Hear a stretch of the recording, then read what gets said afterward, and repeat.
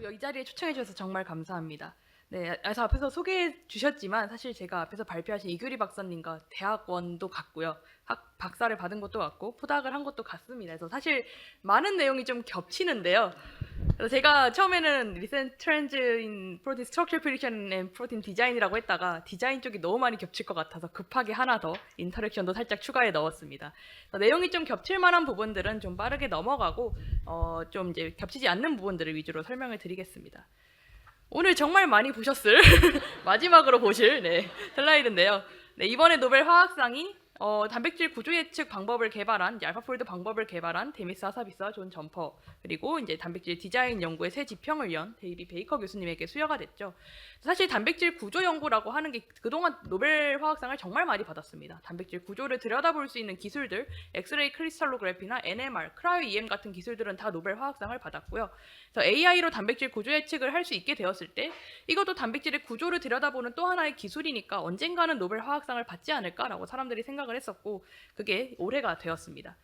그래서 오늘 저는 여러분들께 이게 AI가 어떻게 단백질 구조 예측을 이제 그 문제를 해결할 수 있었는지, 단백질 구조 예측 문제가 뭐가 어려웠었고 어떻게 해결이 되었는지를 좀 말씀드리고, 그리고 단백질 디자인이 구조 예측에 도움을 받아서 얼마나 발전을 할 수 있는지를 좀 설명드리도록 하겠습니다. 여기 계신 분들은 단백질의 중요성을 너무도 잘 아시겠지만 사실 단백질이라고 하는 게 우리 몸 안에서 가장 중요한 일꾼이죠. 그래서 온갖 생명현상들을 다 단백질이 매개를 하고 있고 이 단백질이 생명현상을 열심히 일을 하면서 이제 잘 매개를 해야 되는데 여기 약간의 이상이 생기면 그게 보통 질병으로 나타납니다. 그래서 대부분의 신약 개발들이 이런 단백질을 타겟으로 해서 이루어지고 있는데요.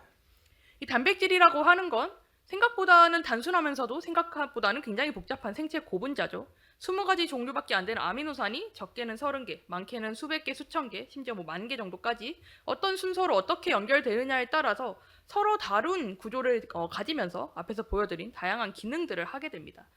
그래서 사람들이 도대체 단백질의 아미노산 서열로부터 이렇게 다양한 구조가 어떻게 접히는 걸까? 그리고 그 과정을 통해서 얻어진 구조를 통해서 이 단백질들이 어떻게 이런 다양한 기능을 하는 걸까? 이걸 이해를 하고 싶어 했는데요. 그런 이유로 단백질의 구조를 실제로 들여다보고 단백질의 구조를 기반으로 그런 기능을 이해하고자 하는 구조 생물학 분야가 굉장히 발전을 하게 되었습니다.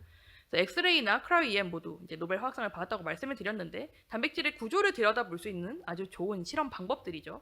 근데 이 방법들 모두 여기는 엑스레이 실제로 이제 찍을 때 필요한 스텝들을 이렇게 보여드리고 있는데 이제 굉장히 실험할 때 접하는 스텝들도 많고 그리고 이미 스터디가 잘 된 단백질들은 어떻게 구조 결정을 하면 된다라는 파이프라인이 잘 이스태블리시 되어 있지만 그동안 연구가 부족했던 좀 새로운 단백질에 대해서는 뭐 엑스레이 크리스탈로그래픽 같은 경우에는 단백질을 어떻게 결정 구조를 이룰 것인가, 결정화를 시킬 것인가, 그 결정화되는 컨디션을 찾는 것부터 시작을 해서 이런 페이지 프로블럼 중간에 이제 데이터를 분석하는 과정, 이런 과정들에서 상당히 시간이 많이 걸리고 크라이오 EM 같은 경우에는 이제 좀 크기가 큰 단백질들만 좀 하이 레졸루션으로 찍을 수 있다라는 여전한 한계를 좀 가지고 있습니다. 그래서 이러한 단백질 구조를 실험으로 들여다보는 방법들이 상대적으로 이제 돈도 좀 들고 시간도 이제 새로 스터디하는 단백질의 경우에는 오래 걸리다 보니까 저희가 알고 있는 단백질의 이제 서열의 수에 비해서 실제로 저희가 구조를 알고 있는 단백질의 숫자는 상대적으로 좀 천천히 늘어갔습니다. 여기 보여드린 빨간색 선이 이제 유니프롯이라고 하는 저희 단백질 서열 데이터베이스에 들어있는 단백질들의 서열 숫자이고요. 여기 파란색 선이 PDB라고 부르는 단백질 구조 데이터베이스에 있는 단백질 구조의 수인데 보시면 차이가 굉장히 많이 나는 걸 볼 수가 있죠. 실험으로 이 차이를 모두 극복하기는 너무 어렵다 보니까 사람들이 단백질의 서열로부터 구조를 우리가 계산 방법을 활용해서 잘 예측할 수 있다면 이 갭을 빠르게 좁히고 더 나아가서 단백질의 구조를 기반으로 하는 단백질의 기능 연구나 구조를 기반으로 하는 다른 응용 연구들을 많이 할 수 있지 않을까라고 생각을 해서 거의 지난 50년이 넘는 시간 동안 계산 생물학 혹은 계산화학을 하시는 분들이 어떻게 단백질 구조 예측을 할 수 있을까의 관점에서 정말 많은 연구를 해오셨습니다. 그 과정에서 한 가지 흥미로운 사실을 사람들이 발견하게 되는데요. 바로 진화적으로 좀 연관이 있는 단백질, 그래서 공통의 조상으로부터 분화해서 이제 진화됐을 걸로 추정되는 단백질들이 모두 비슷한 구조를 가지고 있다는 걸 발견을 했습니다. 여기 미오글로빈이라고 하는 한 단백질을 제가 구조를 들고 왔는데 PDB에 있는 그림을 제가 업어왔고요. 이 미오글로빈 단백질은 저희 근육에 가장 많이 있으면서 이제 보통 산소와 결합을 해서 근육이 필요한 산소를 이렇게 잘 공급받을 수 있도록 도와주는 그런 역할을 합니다. 그래서 얘는 붉은색의 근육을 가지는 동물이라면 대부분 가지고 있는 단백질이에요. 사람의 미오글로빈과 참치도 이 미오글로빈을 가지고 있는데 참치의 미오글로빈을 비교해 보면 굉장히 먼 옛날에 공통의 조상으로부터 분화됐을 거잖아요. 그래서 단백질의 아미노산 서열은 분명히 많이 다릅니다. 그동안 엄청나게 많은 돌연 변이들이 누적이 되었기 때문에 단백질의 아미노산 서열은 50% 이상 다른데 단백질의 3차원 구조를 살펴봤더니 구조가 놀랍게도 많이 비슷하다라는 걸 발견을 합니다. 근데 이런 게 미오글로빈 단백질에 대해서만 이런 게 아니고요. 대부분의 공통의 조상으로부터 이렇게 갈라져 나온 단백질들을 비교를 해보면 기능도 보통 유사한 경우가 많고 구조도 유사하게 유지되고 있는 경우들이 많습니다. 그래서 이런 걸 꾸준히 관찰을 해오면서 이제 사람들이 좀 생각을 해본 거죠. 왜 이럴까? 생각을 해봤을 때 진화 과정에서 단백질이 필수적인 기능을 잃어버리면 그 생명체는 살아남을 수가 없죠. 진화 과정에서 단백질들이 살아남은 단백질들 안에는 뭔가 내가 원래 하고 있던 필수적인 기능을 유지할 수 있는, 즉 기능의 필수적인 구조를 유지할 수 있는 돌연변이들만 살아남았다는 것이고, 저희가 이제 그래서 구조가 궁금한 단백질에 대해서 그 단백질과 이제 진화적으로 연관이 있는, 그래서 유사한 서열을 가지면서 공통의 조상을 가질 것으로 추정되는 단백질들을 잘 모아놓고 보면 얘네들이 결국엔 다 비슷비슷한 구조를 가졌을 테니까 역으로 이 저희의 서열 모음으로부터, 이 진화 정보로부터 모두가 비슷한 구조를 가진다면 어떤 구조에 대한 패턴들이 좀 보이지 않을까? 그래서 하나의 서열만으로는 찾기 힘들었던 그 패턴을 여러 개를 모아놓고 보면 그 패턴들이 증폭돼서 보이지 않을까라는 생각을 하게 됩니다. 그러면서 이때부터는 어떻게 하면 내가 궁금한 단백질에 대해서 진화 정보를 잘 모아서 이 진화 정보 안에 들어있는 구조에 대한 패턴을 어떻게 잘 찾을까의 문제로 단백질 구조 예측 문제가 많이 바뀌게 되었는데요. 제가 여기서 진화 정보라고 말씀드렸던 것은 이제 보통 이제 전문 용어로 멀티플 시퀀스 얼라이먼트라고 부르는 이제 호몰로거스 프로틴들을 잘 모아서 그 서열들을 정렬해 놓은 서열 모음이라고 보시면 되고요. 이 서열 모음을 잘 이해해서 최대한 구조에 대한 패턴을 많이 찾아서 구조 예측을 하는 것이 단백질 구조 예측의 소타로 자리를 잡게 되었습니다. 그러면서부터는 단백질 구조 예측 문제가 어떻게 하면 그냥 진화 정보로부터 구조에 대한 패턴을 잘 찾을까, MSA에서 출발해서 패턴을 어떻게 잘 찾을까 하는 패턴 찾기 문제로 바뀌게 되는데요. 바로 이 지점에서 인공지능이 단백질 구조 예측에 접목되기 시작을 합니다.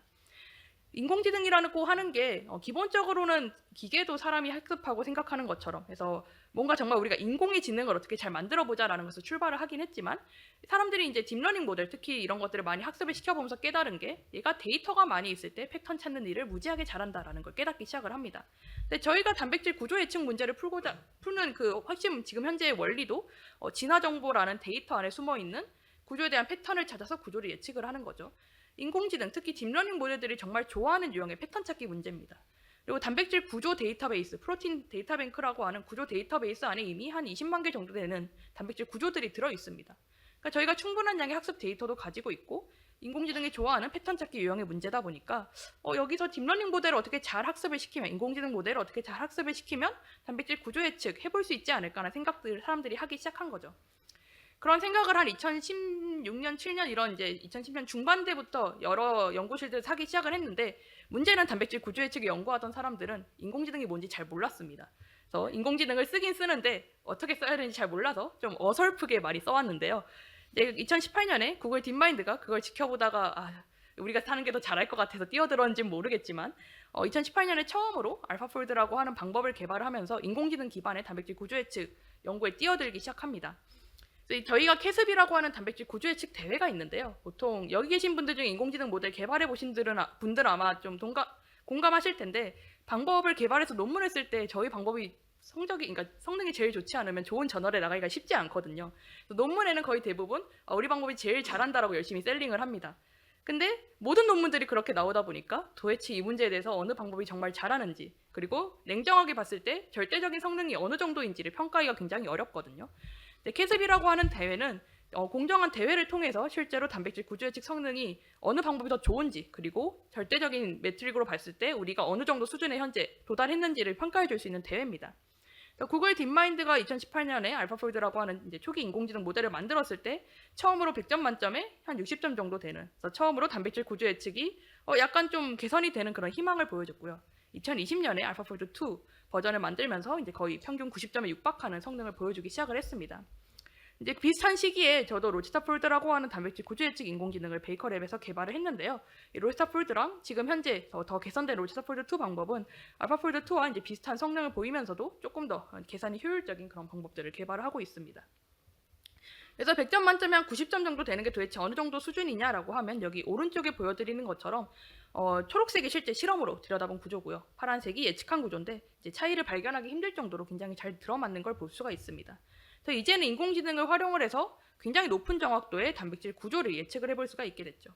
그리고 이런 게 그냥 어떤 개발자의 컴퓨터 혹은 일반적인 사용자들이 사용하기 힘든 그냥 알아서 깔아 쓰세요 하는 형태의 소스 코드 형태가 아니라 이제 저희와 같이 서울대학교 생명과학고에 있는 마틴 스타이네거 교수님과 현재는 MIT에 있는 세르게이 오프치니코프 교수님이 같이 코랩폴드라고 하는 구글 코랩 노트북을 활용을 해서 자원이 없거나 아니면 이런 이제 컴퓨터 프로그램 어떤 설치하고 돌리고 하는 리눅스 환경에서 돌리고 하는 거 익숙하지 않은 사람들도 웹 인터페이스를 통해서 그냥 클릭 몇 번으로 단백질 구조 예측을 돌릴 수 있게 만듦으로써 굉장히 많은 임팩트를 남기고 있습니다. 그래서 지금까지는 단백질 구조 예측이 어떻게 발전해 왔는가에 대해서 설명을 드렸는데요. 사실 저희가 단백질 구조 예측 문제를 풀고자 했던 이유는 단백질 구조 예측을 통해서 이 단백질이 도대체 왜 이런 기능을 하는가를 이해하고 싶었기 때문입니다. 근데 여기서 정말 저희가 구조를 안다고 해서 단백질의 기능을 모두 이해할 수 있는지 한번 생각해 볼 필요가 있는데요. 이게 이제 암세포에서 유난히 많이 발현되는 단백질이라는 걸 이제 생물정보학 분석을 통해서 찾아냈습니다. 그래서 이 단백질이 유난히 암세포에서 많이 발견되더라, 정상세포보다 높은 농도로 발견되더라라는 것들을 확인을 했는데요. 그래서 이 단백질의 구조가 궁금해서 열심히 구조를 스터디를 해봤습니다. 했더니 이렇게 생겼대요. 이걸 보고 이제 구조생물학을 전공을 하신 분들도 저게 대충 뭐 이런 애들이 뭐 이뮤노글로불린 폴드네 뭐 이런 얘기는 하실 수 있겠지만 얘가 정확히 무슨 기능을 하는지를 설명하시긴 쉽지 않을 거예요. 근데 이 단백질의 사실 기능을 제대로 알려면 이 단백질이 혼자 어떻게 생겼는지가 아니라 이런 구조를 가짐으로써 누구랑 인터랙션 하는지를 볼 필요가 있습니다. 사람들이 이 초록색 단백질이 누구랑 어울려 다니는지를 열심히 찾아봤더니 우리의 면역세포인 액티베이티 T셀에 있는 PD-1이라고 하는 단백질에 잘 결합하더라라는 걸 발견을 합니다. 그러니까 일반적인 상황에서는 암세포가 면역세포와 친하게 지내서 좋을 일이 별로 없죠. 근데 그럼에도 불구하고 면역세포에 존재하는 단백질과 잘 결합한다는 것은 이 초록색 단백질이 면역세포를 속이는, 그래서 면역 회피를 하는데 뭔가 중요한 역할을 하는 게 아닐까라는 이제 생각을 하게 됐고, 이제 추후에 추가적인 실험 검증 등을 통해서 실제 그렇다는 것들을 확인을 하게 됐습니다. 즉 저희가 어떤 단백질의 기능에 대해서 이해를 하려면 이 단백질의 구조뿐만 아니라 이러한 구조를 가짐으로써 어떤 상호작용을 하는지 이 상호작용까지 예측할 수 있어야 기능을 예측을 해볼 수가 있는데요. 제가 실제로 앞에서 단백질이 우리 몸에서 제일 열심히 일하는 일꾼이다, 다양한 생명 현상을 매개한다라고 설명을 드리면서 보여드렸던 애니메이션들도 잘 보시면 단백질이 혼자 둥둥 떠다니는 게 아니라 다른 분자들이나 다른 단백질과 계속 상호작용을 하고 있는 걸 볼 수가 있습니다. 결국 저희가 단백질의 기능을 좀 더 잘 이해하고 질병 메커니즘을 이해를 하거나 아니면 질병 치료 전략을 세우기 위해서는 결국 이런 단백질들의 상호작용을 잘 이해할 수 있어야 하는 거죠. 그래서 제가 로치스터 폴드 방법을 개발을 했을 때 자연스럽게 바로 그 다음으로 어떤 문제를 풀어야 할까 했을 때 일단 로치스터 폴드로 단백질은 다룰 줄 아니까 단백질과 단백질 사이에 결합을 한번 예측해보자라는 생각을 하게 됐습니다. 그리고 특히 이게 스트레이트포워드하게 바로 될 거라고 생각을 했던 게 저희가 단백질의 구조를 예측할 때 진화 과정에서 기능을 유지하기 위해 구조를 유지할 필요가 있었고 그래서 그 결과 우리가 진화 정보만 잘 모아보면 거기에 구조에 대한 패턴이 보인다라고 말씀을 드렸잖아요. 두 단백질이 결합하는 것도 만약 기능에 정말 중요한 역할을 한다면 이 두 단백질의 결합은 진화 과정에서 계속 보존이 잘 되어 왔겠죠. 즉 이 두 단백질에 대해서 진화 정보를 모아놓고 같이 진화했을 법한 같은 종에 있는 단백질들끼리 잘 페어링을 시켜놓고 보면 이 두 단백질 사이에도 뭔가 같이 진화한 패턴이 있는지 없는지 이런 것들을 찾아볼 수 있고 같이 진화한 패턴이 있다면 결합에 대한 패턴이 있다면 두 단백질은 결합한다라고 예측을 해볼 수가 있고요. 그리고 그런 패턴이 있을 때는 결합 구조까지도 예측해 볼 수 있지 않을까라는 생각을 했습니다. 이게 실제 그렇다는 것을 이스트에 존재하는 모든 단백질들의 인실리코 스크리닝을 통해서 확인을 했고요.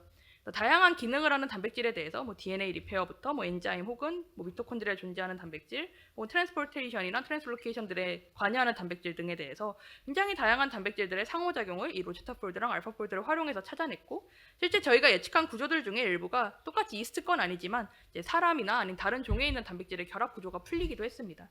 여기서 보이는 이스트의 이제 GPIT 프로틴 컴플렉스에 대해서 저희가 이때 A랑 B가 붙고 B랑 C가 붙고 이러니까 헤테로 펜타머까지 A, B, C, D가 붙을 수 있지 않을까 하는 식으로 예측을 해서 이스 GPIT의 결합 구조는 이렇게 생겼을 겁니다라고 이렇게 인터랙션도 하고 결합 구조도 만들 겁니다라고 예측을 했었는데 몇 달 뒤에 사람에 대해서 비슷한 단백질이 구조가 풀렸습니다. 그랬더니 굉장히 잘 일치하는 걸 볼 수가 있었어요. 이런 걸 바탕으로 이런 로시타폴드나 알파폴드와 같은 단백질 구조 예측 인공지능이 조금만 확장을 하면 단백질 상호작용 그리고 단백질 결합 구조 예측 인공지능으로 활용될 수 있다라는 것을 확인을 했습니다.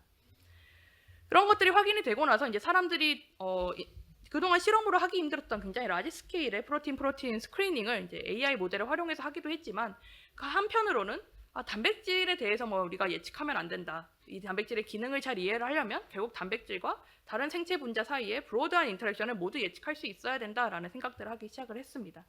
또 이제 베이커랩에서는 뭐 저도 여기 저자로 들어가 있긴 합니다만 저는 이제 프로젝트가 시작될 때 이걸 담당한 학생의 멘토였기 때문에 뒤 끝에 이름을 낑겨 주셨고요. 대부분은 이제 실제 이걸 개발한 이제 로히스랑 주라고 하는 이제 일저자분들이 정말 열심히 개발하셨는데 단백질 구조 예측, 단백질 핵산 결합, 단백질 메탈 이온 결합, 뭐 단백질 유기 분자 결합, 혹은 단백질의 포스트 트랜슬레이셔널 모디피케이션까지 이런 다양한 것들을 한 번에 예측할 수 있는 로치스타폴드 올 아톰이라고 하는 방법을 로치스타폴드로 확장을 해서 만들었습니다. 그리고 이제 이 논문이 나오고 나서 몇 달 뒤에 알파폴드 3도 이제 논문이 공개가 되면서 알파폴드도 같은 일을 할 수 있다라는 걸 보여줬죠. 물론 알파폴드 3의 성능이 논문에 따르면 좀 더 좋기도 하고 저희가 실제로 돌려보면 알파폴드 3가 단백질 핵산이나 이런 쪽 결합 예측은 조금 더 그럴듯하게 할루시네이션일 수도 있습니다만 사람이 눈으로 봤을 땐 조금 더 그럴듯하게 보여주는 걸 볼 수가 있습니다. 이제 이거 알파폴드 3 페이퍼에서 들고 온 거라 알파폴드 3가 항상 다 잘하는 모습을 보실 수 있고요. 실제로 이렇게 오른쪽에 있는 것처럼 단백질과 RNA 그리고 심지어 금속 이온까지 한꺼번에 결합한 이런 복잡한 컴플렉스 시스템들도 구조 예측을 상당히 잘한 걸 볼 수가 있습니다. 그래서 지금은 이런 AI 방법들을 활용을 해서 단백질뿐만 아니라 일반적인 생체 분자의 구조 그리고 일반적인 생체 분자 사이의 상호작용 예측 이런 식으로 좀 더 브로드한 스코프로 확장이 되고 있고 이런 유기 분자 예측이 조금 더 정교해진다면 이제 신약 개발에도 많은 도움을 주지 않을까라고 사람들이 더욱 기대를 하고 있는 상황입니다.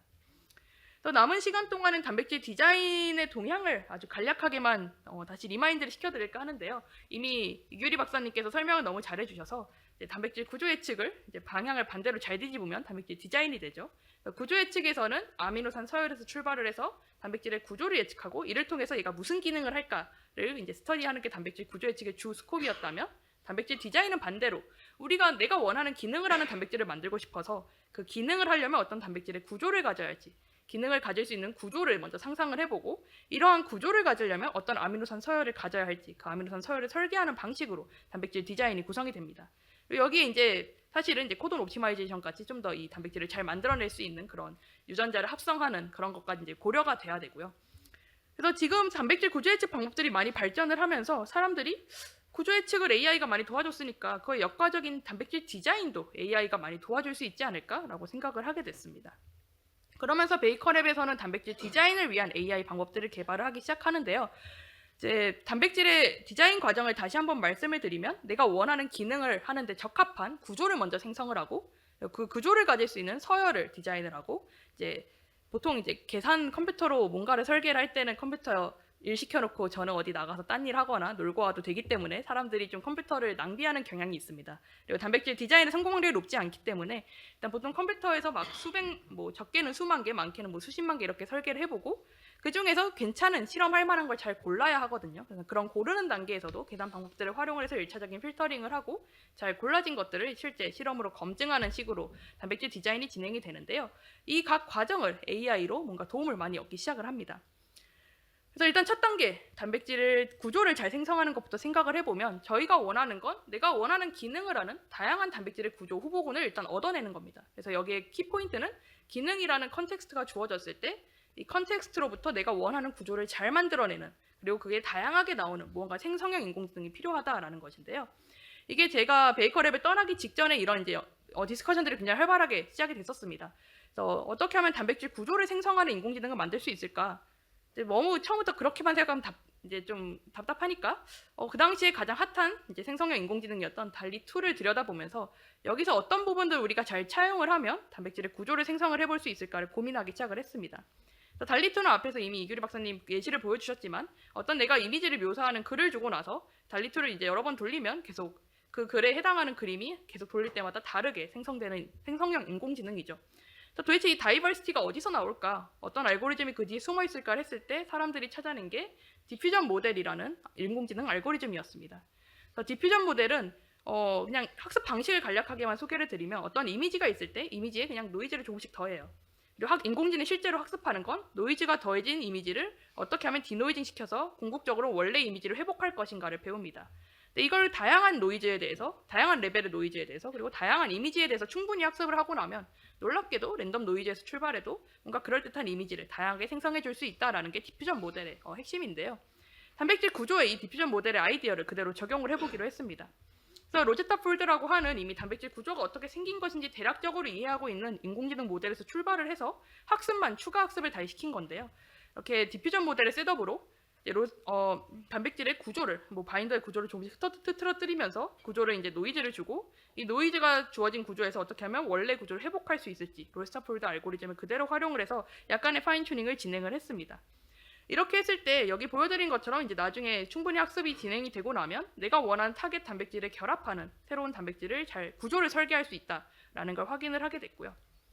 이제 첫 번째 우리가 원하는 기능을 하는 단백질을 설계하는 건 이런 디퓨전 모델과 같은 생성형 인공지능을 활용을 해서 지금은 유기분자의 결합 같은 경우는 아래 디퓨전 오라톤과 같이 유기분자까지 다룰 수 있는 그런 디퓨전 모델들을 만들어서 해결을 하고 있습니다. 이렇게 구조를 생성하고 나면 이제 단백질에 서열을 입혀야겠죠. 그것도 이제 프로틴 MPNN 혹은 이제 유기분자를 고려할 수 있는 리간드 MPNN과 같은 그래프 기반의 구조를 그래프로 나타내서 이 그래프를 기반으로 이제 아미노산 서열을 주어진 구조에 대해서 그 구조를 잘 가질 수 있는 아미노산 서열을 예측해주는 그런 인공지능 모델을 개발을 해서 활용을 하고 있습니다. 그래서 이 둘의 조합으로 정말 다양한 단백질의 구조와 서열을 설계를 해볼 수가 있어요. 그걸 이제 사람들이 아까 말씀드린 것처럼 이제 적게는 수천 개, 수만 개에서 많게는 수십만 개를 이렇게 디자인을 해보고 그걸 다 실험할 수는 없으니까 이제 실험하는 노동력도 들고 돈도 많이 드니까 이제 잘 골라야겠죠. 그 고르는 과정에서도 AI를 많이 활용을 합니다. 그래서 내가 실제 설계한 서열이 정말 내가 원하는 구조로 잘 접히는가에 대해서도 알파폴드나 로제타폴드와 같은 단백질 구조 예측 인공지능을 활용을 해서 내가 설계한 서열이 진짜 내가 원하는 구조로 예측이 잘 되는가 를 확인을 해서 이 구조를 가질 확률이 높구나라는 걸 1차적으로 검증을 하고요. 만약에 이렇게 어떤 단백질을 결합하는 바인더를 디자인을 한다면 이 결합 구조를 주고 너 이거 얼마나 컨피던트한 것 같아를 이제 알파폴드를 활용해서 예측을 해보면 좋은 바인더의 경우에는 그래도 PA라고 부르는 그래서 이 두 단백질 사이의 인터체인 실제 결합에 대한 이 PA 부분이 조금 더 파랗게 PA가 낮게 나오고 아닌 건 좀 빨갛게 나오더라 약간 이런 이제 관찰 결과들을 활용을 해서 단백질 구조가 내가 원하는 대로 생성이 되는가 그리고 결합에 대해서 컨피던트하게 생각을 하는가를 기반으로 필터링을 진행을 합니다. 이렇게 해서 이제 살아남은 것들을 잘 골라서 이제 실험으로 검증하는 식으로 단백질 디자인이 구성이 되어 있고 이 과정을 통해서 옛날에 AI를 활용하기 이전에 비해서 단백질 디자인의 속도도 빨라지고 성공률도 높아지고 있습니다. 이건 이제 RF 디퓨전 논문에서 들고 온 건데 회색이 AI를 활용하기 이전 여기 세 개의 타겟에 대해서는 회색이 거의 보이지 않을 정도인데 AI를 활용하기 이전에 성공 확률이 1%도 채 되지 않았다면 지금은 10% 정도 되는 그래서 상대적으로 옛날에 비해 굉장히 높은 성공 확률을 보이는 걸 볼 수가 있습니다. 그래서 이런 것들을 활용해서 상당히 단백질로 할 수 있는 무언가를 상상만 할 수 있다면 그 단백질을 만들어내는 게 조금 더 쉬워지고 진입 장벽도 낮아지고 있는데요. 여기 있는 건 실제로 베이커랩에서 이루어지고 있는 사실 일들을 들고 온 거고 이 외에도 사람들이 이제는 핵산을 결합하는 단백질도 설계해보고 유기분자에 결합하는 단백질도 설계해보고 아니면 디그레더블한 약간 생체 소재 같은 걸 설계를 한다든지 바이오디그레더블한 소재를 개발을 한다든지 하는 식으로 단백질로 상상할 수 있는 거의 모든 일들을 단백질을 디자인을 통해서 해결을 하려고 하고 있습니다. 그래서 오늘 저는 여러분들께 단백질 구조 예측 인공지능이 어떤 아이디어로부터 개발이 되었는지 그리고 이것을 활용해서 단백질의 상호작용을 어떻게 스터디할 수 있는지 더 나아가 어떻게 단백질의 디자인에 활용이 되고 있는지 전반적인 흐름에 대해서 말씀을 드렸고요. 현재 저희 연구실에서는 단백질뿐만 아니라 일반적인 생체 분자의 구조, 상호작용, 결합구조 예측을 비롯하여서 이 생체 분자의 상호작용을 조절할 수 있는 다른 이제 생체 분자나 단백질을 디자인하는 그런 연구들을 활발하게 수행을 하고 있습니다. 오늘 제가 소개드린 대부분의 AI 모델들은 이제 GitHub에 이미 공개가 되어 있어서 여러분이 다운받아서 활용을 하실 수가 있습니다. 네, 제 발표는 이만 마치겠습니다. 감사합니다.